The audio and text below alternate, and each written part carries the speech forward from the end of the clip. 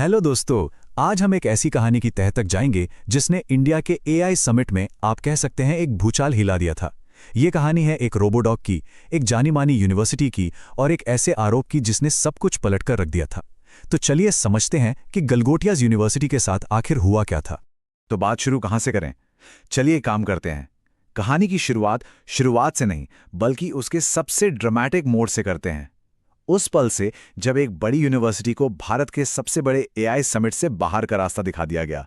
सवाल यह है कि भाई नौबत यहां तक पहुंची कैसे?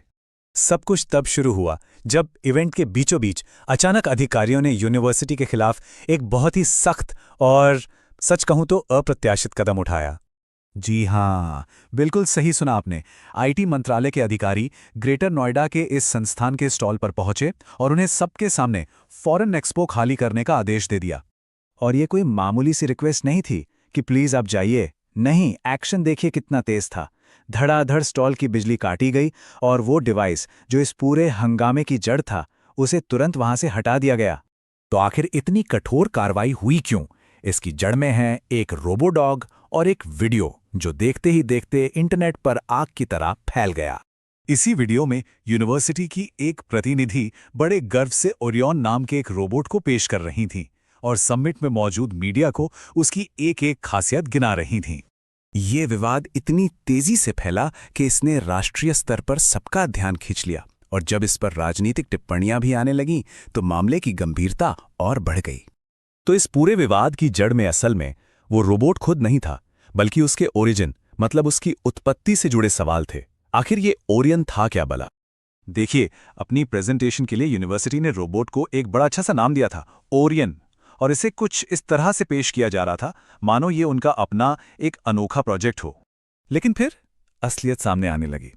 सोशल मीडिया पर खोजबीन हुई और जल्द ही पता चला कि ये कोई अनोखी रचना नहीं है, बल्कि बाजार में पहले से मौजूद एक मॉडल है। और तो और ये एक चीनी कंपनी का प्रोडक्ट था। इसके बाद जो जानकारी सामने आई उसने तो जैसे आग में घी का काम किया। पता चला कि ये रोबोट एक चीनी प्रोडक्ट है जो भारत में किसी को भी ऑनलाइन करीब करीब 2 से 3 लाख रुपए में मिल सकता है। इनफैक्ट खुद यूनिवर्सिटी ने इसे इसी साल जनवरी में एक भारतीय डिस्ट्रीब्यूटर से खरीदा था।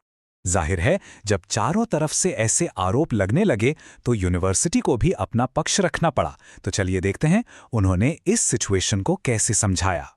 यूनिवर्सिटी की तरफ से जो पहली प्रतिक्रिया आई वो इसी बात पर टिकी थी कि ये सब एक बहुत बड़ी गलतफहमी है। उनका कहना था कि उनके इरादों को पूरी तरह से गलत समझा गया, मिस इंटरप्रेट किया गया। उनका पूरा बचाव असल में एक बहुत ही बारीक लेकिन बेहद जरूरी अंतर पर टिका था।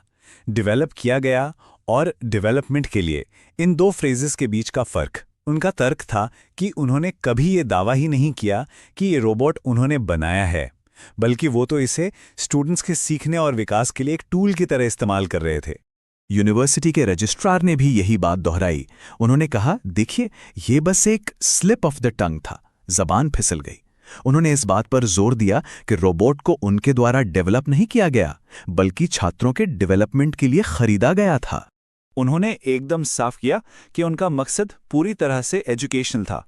रोबोट का इस्तेमाल स्टूडेंट्स की रिसर्च और इनोवेशन के लिए एक साधन के तौर पर करना। जैसा कि उन्होंने कहा, हम एक शैक्षणिक संस्थान हैं, कोई मैन्युफैक्चरिंग यूनिट नहीं। तो अब हमारे सामने दो बिल्कुल अलग अलग कहानियां हैं। एक तरफ गलत बयानी का आरोप, दूसरी तरफ एक मामूली सी गलतफहमी पर आधारित एक पूरा डिफेंस। तो ये सब हमें बताता क्या है? एक छोटा सा वायरल मोमेंट देखते ही देखते एक बड़े विवाद में बदल गया, जिसके यूनिवर्सिटी के लिए काफी गंभीर परिणाम हुए। ये तो साफ है। आखिर में यूनिवर्सिटी का पूरा बचाव सिर्फ एक दावे पर आकर टिक जाता है कि उनके एजुकेशनल मिशन पर सिर्फ एक गलत शब्द के चुनाव ने पानी फेर दिया। और ये हमें एक बड़े सवाल पर लाकर छोड़ देता है।